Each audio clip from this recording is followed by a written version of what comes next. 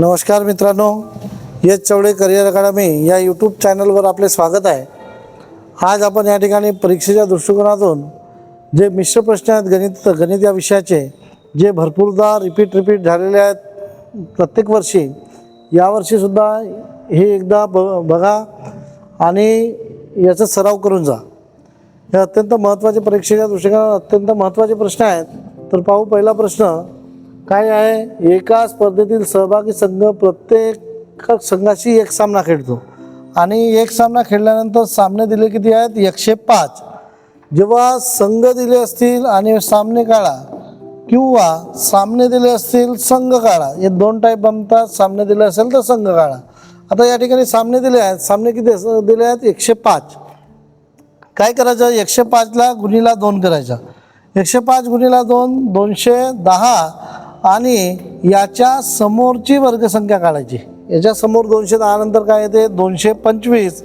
हा कितीचा वर्ग आहे 15चा, म्हणजे त्या स्पर्धेत सहभागी संघ होतील 15। जर हाच प्रश्न असा विचारला की 15 संघ एकमेकाशी एक सामना खेळतील तर एकूण किती सामने होतील, तर 15 गुणिला 15च्या आधी म्हणजे 15 संघ 14 संघाशी खेळेल, भागीला 2 करायचा। बे साती 14, 15 7 105, किती सामने खेळले जातील 105। याच पद्धतीचं हस्तांदोलन सुद्धा येते। हस्तांदोलन समजा 10 व्यक्ती असतील, हस्तांदोलन किती होतील विचारलं तर 10 गुणिला काय करायचं 9 भागीला 2, 2 पंचे 10, 5 9 45, किती हस्तांदोलन होतील 45। समजा 45 हस्तांदोलन दिलं तर किती व्यक्ती हजर आहेत, तर 45 गुणिला काय करायचे 2, किती होणार 90। याच्या समोरची वर्गसंख्या किती आहे 100 आणि 100चा वर्ग किती आहे वर्गमूळ 10, म्हणजे 10 व्यक्ती। रेषाखंड पण असेच विचारतात। एका रेषाखंड बिंदू दिले आहेत 8 बिंदू आहेत, 8 बिंदूपासून किती रेषाखंड तयार होतील, 8 गुणिला काय करायचं 7 भागीला 2, 2 8 आणि 4 7 28, किती रेषाखंड तयार होतील 28। रेषाखंड सामने आणि हस्तांदोलन हे याच पद्धतीने सोडवायचे। त्यानंतर दुसरा प्रश्न आहे, एक मुद्रक पुस्तकावर पान क्रमांक घालताना प्रत्येक अंकाला एक खिळा जुळवतो। आता हा प्रश्न कसा आहे 1 ला 1, 2 ला 2, 3 ला 3, 4 ला 4, 5 ला 5, 6 7 8 9, या 9 पर्यंत 9 खिळे लागतील। पण जेव्हा 10 अंक लिहेल पान नंबर घालताना तेव्हा त्याला 1 साठी 1 खिळा आणि 0 साठी 1 खिळा असे 2 खिळे लागतील, म्हणजे 99 पर्यंत 2 लागत जातील। 100 आले 3 लागतील आणि याच्यात एक लक्षात ठेवायचं 1 ते 100 पर्यंत अंक एकूण 192 येतात। किती येतात 192, म्हणजे 1 ते 100 पानाची पुस्तक असतील तर किती खिळे लागतील 192, पण आपल्याला पान किती दिले आहेत 125। मग काय करायचं तर 192 हे 100 पानाचे झाले, मग 125 पान आहेत त्याच्यातून 100 पानाचे माहीत आहेत म्हणून 100 काय करायचे मायनस, मग राहिले किती पाने 25। ही 100 नंतरची पाने आहेत, म्हणजे ही 101 102 125 पर्यंत आहेत। याच्यात अंक किती आहेत 3, याच्यात अंक किती आहेत 3, म्हणजे 25 गुणिला प्रत्येक पानाला 3 खिळे जुळवावे लागतील, म्हणजे 25 त्रिक 75, ही 75 खिळे होतील।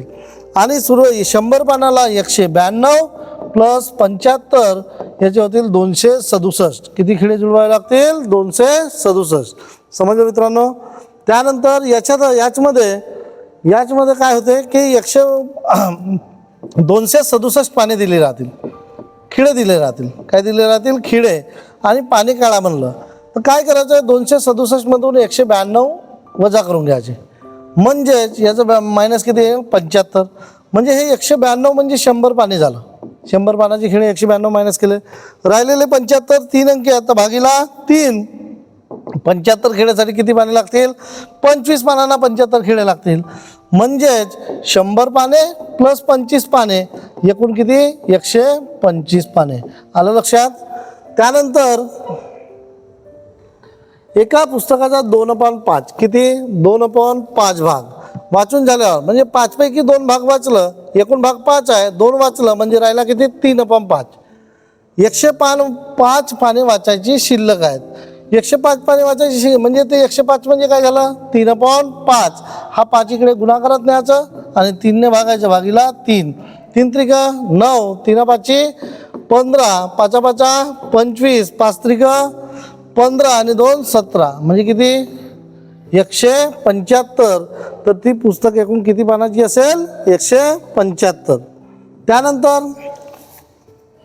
रामरावनी यांनी त्यांच्या शेताचा 1/5 भाग, किती 1/5 भाग गहू, 7/12 भाग हरभरा आणि उरलेले 26 एकर, म्हणजे यांची पहिले बेरीज करायला लागेल. हे किती झालं लागवड ते पाहावं लागेल. यांचे 12 एकर 12, 5 7 35 आणि 12 पंचे 60, 47/60, म्हणजे जो गहू आणि हरभरा यांची एकूण लागवड किती आहे? 60 पैकी 47, म्हणजे उरलेला शेत किती झाला? 60 मधून 47 गेले म्हणजे 13 राहिलं. म्हणजे जो उर्वरित शेत आहे तो किती होणार? 13/60. 13/60 म्हणजे किती? 26 एकर.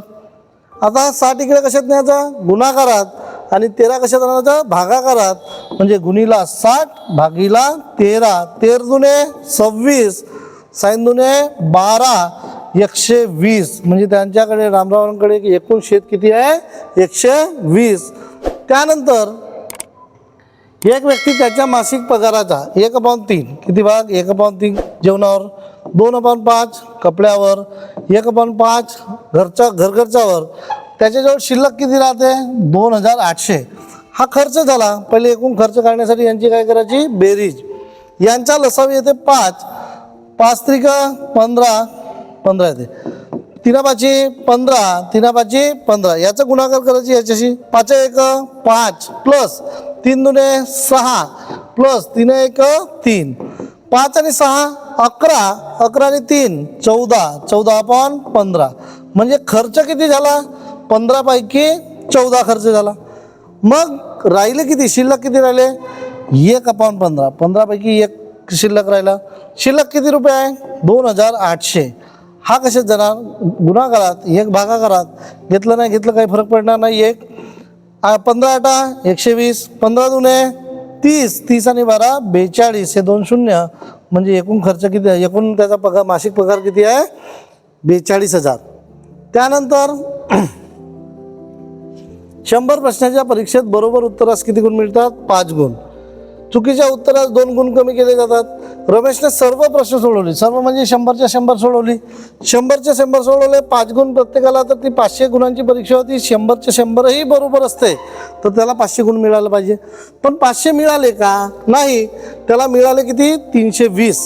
आता मिळालेले गुण एकूण गुणामधून काय करायचं? मायनस आणि भागीला बरोबर उत्तराला मिळणारे गुण व कमी होणारे गुण यांची काय करायची? बेरीज.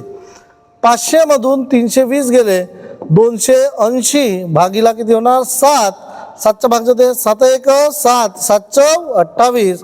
40 प्रश्न ही जे येतात हे चूक येतात. म्हणजे चुकीचे सोडवलेले किती प्रश्न आहेत? 40.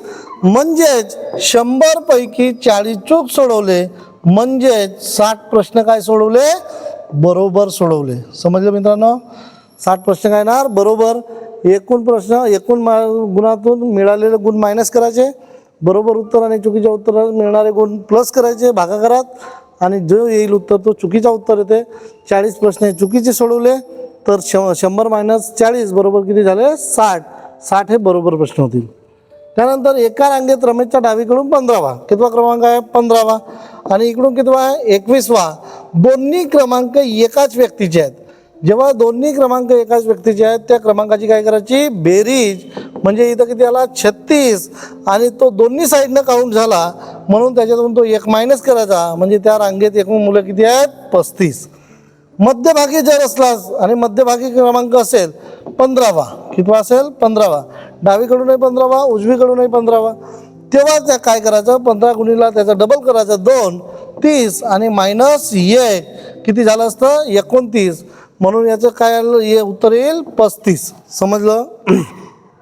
त्यानंतर रस्त्याच्या दोन्ही कडेला 5 मीटर या अंतरावर एक झाड लावले. एकूण झाडाची संख्या किती आहे? 102 दोन्ही बाजूचे. म्हणजे एका बाजूस जर विचार केला भागीला 2 तर एका बाजूस झाडे किती झाले? 51. दोन्ही बाजूला 102 म्हणजे एका बाजूस 51, एका बाजूस 51. तर एकूण अंतर किती? तर एक झाड पहिला व पहिले 5 मीटरमध्ये एक झाड काउंट होत नाही, म्हणून किती? 50. 50 झाले, प्रति मीटर किती आहे 5 म्हणजे गुणिला 5 म्हणजे किती आला 250 मीटर. म्हणजे एकूण अंतर पहिल्या झाडापासून शेवटच्या झाडापर्यंत एकूण अंतर किती येणार 250 मीटर. त्यानंतर रस्त्याच्या कडेला दर 5 मीटरवर एक, किती 5 मीटरवर एक, याप्रमाणे झाडे लावली आहेत. क्रमांक दिला आहे, एखादा क्रमांक 31 ते 15 या झाडात क्रमांक अंतर विचारला आहे. जो झाडाच्या मधातील दरम्यानचा अंतर विचारलं असेल त्यांची मायनस करून घ्यायची. 31 - 15 किती होणार 16 आणि याच्यात किती प्रत्येक झाडात 5, 16 पंचे 80 म्हणजेच 15 ते 31 या दरम्यान किती मीटर अंतर असेल 80 मीटर अंतर असेल. दोन्ही झाडाचं मायनस करून घ्यायचं, गुणिला जो अंतर प्रत्येकी झाडात असेल तो गुणाकारात घ्यायचं. त्यानंतर 5 बगळे 5 मासे 5 मिनिटात खातात, तर एक बगळा 1 मासा याला किती वेळ लागेल 5 मिनिटच लागणार. 5 बगळे 5 मिनिटात खातात, तर एक बगळा 1 मासा सुद्धा किती वेळात खाईल 5 मिनिटात. त्यानंतर 1 2 3 4 5 हे अंक एकदाच वापरून 5 अंकी संख्या किती तयार होतील. 5 अंकी अंक किती आहेत 5 आणि बनवायचे किती आहेत 5 अंकी. तर काय करायचं यांचा सरळ गुणाकार करून द्यायचा. 1 3 4 5 बे 3 6 6 24 24 म्हणजे 120 किती संख्या तयार होतील 120. समजलं. त्यानंतर 7च्या पहिल्या 7 गुणकाची सरासरी किती. 7चे पहिलेच गुणक 7चा पहिला गुणक करायचा 7 1 7 आणि 7 5 35. 7चे पहिले गुणक क्रमवार जर संख्येत जर सारखा फरक असेल तर पहिली संख्या आणि शेवटची संख्या यांच्याशी काय करायची बेरीज. 7चा पहिला गुणक आहे 7, 7चा पाचवा गुणक आहे 35 भागीला काय करायचं 2. 35 आणि 7 होते 42 भागीला 2 म्हणजे ज्याची सरासरी किती आली 21. त्यानंतर 3 संख्येची सरासरी 28 आहे. त्यापैकी दुसरी संख्या पहिल्या संख्येच्या दुप्पट व दुसरी संख्या तिसऱ्या संख्येच्या निमपट आहे, तर पहिली संख्या कोणती. आता दुसरी संख्या पहिल्या संख्येच्या दुप्पट, पहिली संख्या आपण पकडू x, मग दुसरी संख्या दुप्पट म्हणजे हे काय होणार 2x व दुसरी संख्या तिसरीच्या निमपट. तिसरीच्या निमपट म्हणजे ही अर्धी आहे, याचा अर्थ तिसरीच्या डबल आहे म्हणजे तिसरी काय होणार 4x. आणि यांची काय दिली आहे सरासरी म्हणजे 28 गुणिला 3 म्हणजे यांची काय झाली ही बेरीज झाली.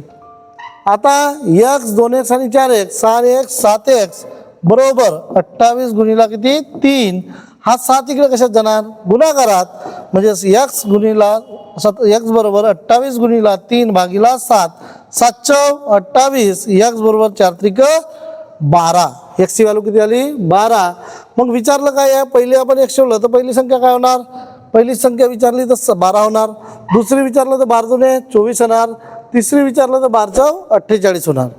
ठीक आहे मित्रांनो, यासारखे व्हिडिओ बघण्यासाठी आमच्या चॅनलला सबस्क्राईब करा. धन्यवाद.